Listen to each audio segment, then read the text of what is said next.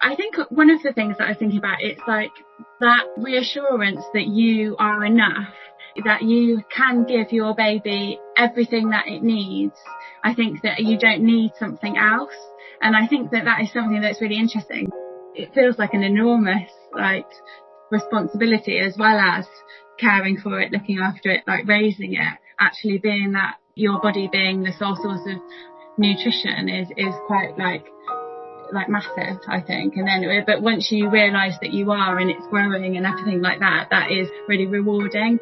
If you've had a great birth, it's often because you felt able to trust your whatever's going on, trust your body and trust your baby. And then I think it's helpful if you're breastfeeding to be able to be trusting your body and being like, oh, okay, yeah, it is the right milk for him, and it is, eventually we will get the hang of this together, kind of thing, which, makes a big difference, I think.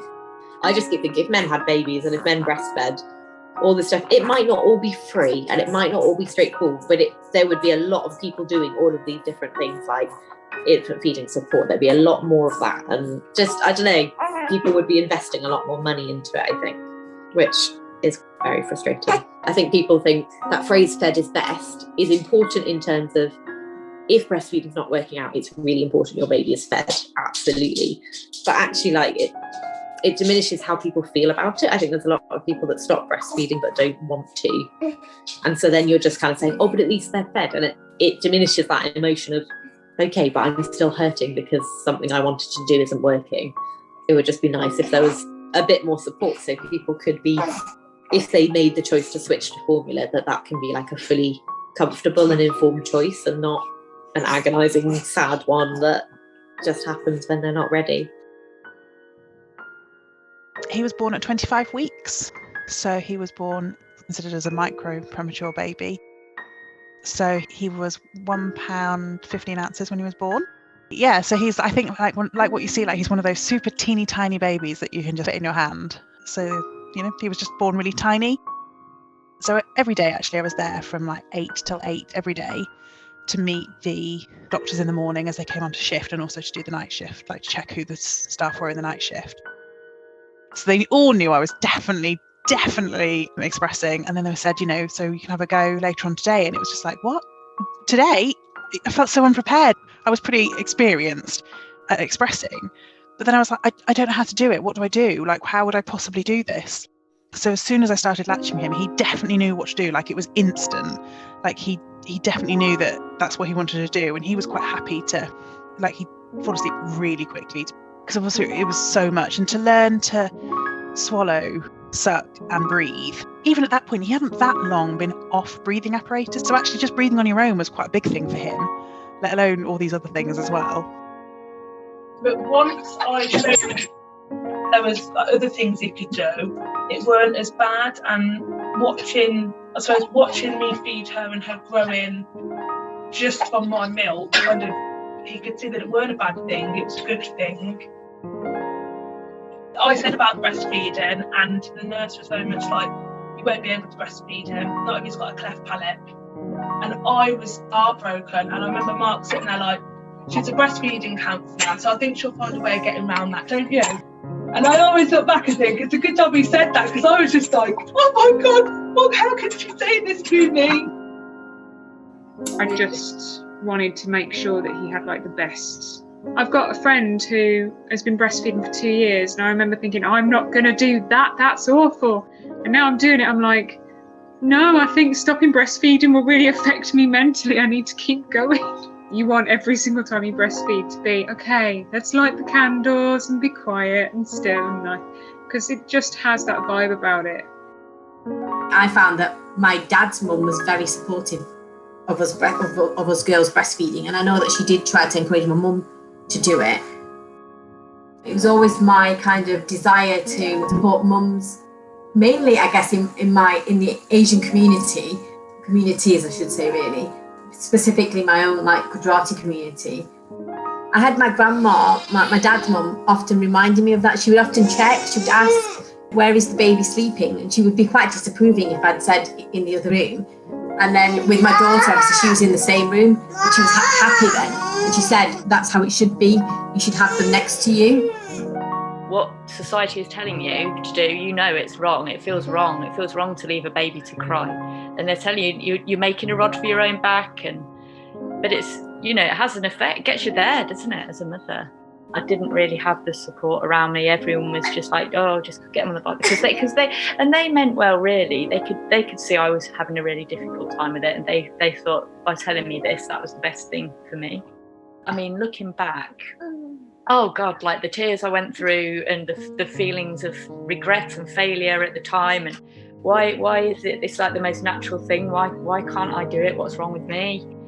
The breastfeeding team, they helped when I was absolutely I was so sad about my milk supply. They just, you know, tried to encourage me to carry on and just that this is very natural, very normal. They taught me a lot. The midwives and the nurses, they helped so much in ways that I wouldn't have learned at home. I think that this journey is very, very scary, especially for new mums. And the whole concept of feeding, it is underplayed. People don't talk about it as much as they should. It felt like I told the midwife, yeah, I'm going to breastfeed. And it was like I was bound to it, you know, by word. But actually, it's nothing like that. You just do what you need to do. My mum always used to go, well, I don't know why you do it any other way. It's so much cheaper and it's there and you haven't got to mess around with anything. And the old what's it attitude of just get on with it and do it and whatever. You know, obviously not having done it before, you don't know, do you? So it was really upsetting as well, feeling a bit of a failure and oh my God, you know, mum did this and, you know, oh, it's supposed to be easy and supposed to just be able to do it. And oh, yeah, it was very upsetting really. But it was only very briefly mentioned and there was no conversation about it's going to be painful, it's going to hurt for weeks. I wasn't, you know, used to feeding in public, and I didn't have the confidence to do that. And of course it wasn't quite going as well as I'd hoped. I never went back to one again because I just was so traumatized by it. I think I would go now because I'm more confident in myself as a person and in myself as a mother. I am still breastfeeding her, which was not part of the plan, although there wasn't really a set plan. So I said, you know, well, I'm going to try it because why not? That's what you're supposed to do. And I'll stop like 6 months when they start to eat solid food, you know, they get teeth. I'll stop then. But my daughter didn't get teeth until she was 14 months old. So we just kept going. I think breastfeeding was much harder than the pregnancy, than labour even. It was tough going, but also just the most incredible experience that he loves. I love that time together and just don't know when it will stop really. I would just do it. Yeah, it didn't bother me at all. And people would leave the room and I was like, no, you don't, it's fine. You can be here. Don't, because I didn't want them to be embarrassed. I suppose I was trying to make it normal, but I was doing it. And if I was out and about in a cafe and people would see me and think, okay, well, you know, it's normal then, it's okay, it's accepted, then that was almost like I had a duty. I'm breastfeeding and I'm proud of that. When she was tiny, it was fine. It's just as she started to get bigger and wanting it, I think I started to feel much more self-conscious. I feel like I like the idea of it being seen and it being celebrated as well. So I think I just kind of went into it assuming that I'd be fine because everyone else I knew were absolutely fine with it, and it was never really spoken about times when it could be quite difficult or intense or, you know, anything like that. I think moving to Coventry and seeing that there was this sort of this real push, it's a great place for support. There's lots of support here, which is really good, and I feel really lucky that I had that. My first was actually, she's an IVF baby, so I think I was just really wanted to prove that my body could do something at least, you know what I mean? So I was really determined that I wanted to breastfeed. And when it was really hard, really painful and really intense, I found that really, really tough. I think it's easy to, once you've kind of cracked it, to forget how hard it was. I mean, I can remember thinking, if I get to 6 months and I can start weaning onto food, then it'll be okay and it will get easier. When I was pregnant, I didn't read any books. I thought it was just going to happen.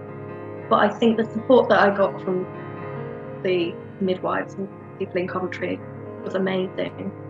A lot of times where I felt ready to stop, and I was able to get an appointment with them immediately, and they were just encouraging. They would, check your labs. Amazing, really good.